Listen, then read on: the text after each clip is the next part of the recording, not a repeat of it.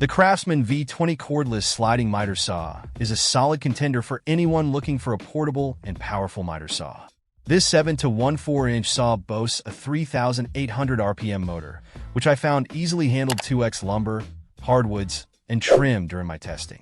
The sliding mechanism provides a decent cutting capacity, allowing for 8-inch crosscuts at 90 degrees and 5 to 1/2 inches at 45 degrees. I was also impressed with its ability to handle nested crown and baseboard vertically. The saw's portability is a major plus.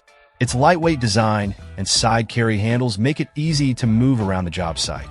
The battery life is also commendable, providing up to 585 cuts in MDF baseboard on a single charge, which should be more than enough for most projects. One of the standout features is the LED cut line positioning system. This bright light casts a clear shadow, making it incredibly easy to see your cut line and ensure accuracy.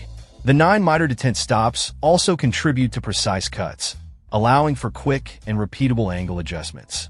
While this saw is a single bevel, it covers the most common angles needed for most DIY and professional projects. The included battery and charger are a nice touch, getting you up and running right out of the box.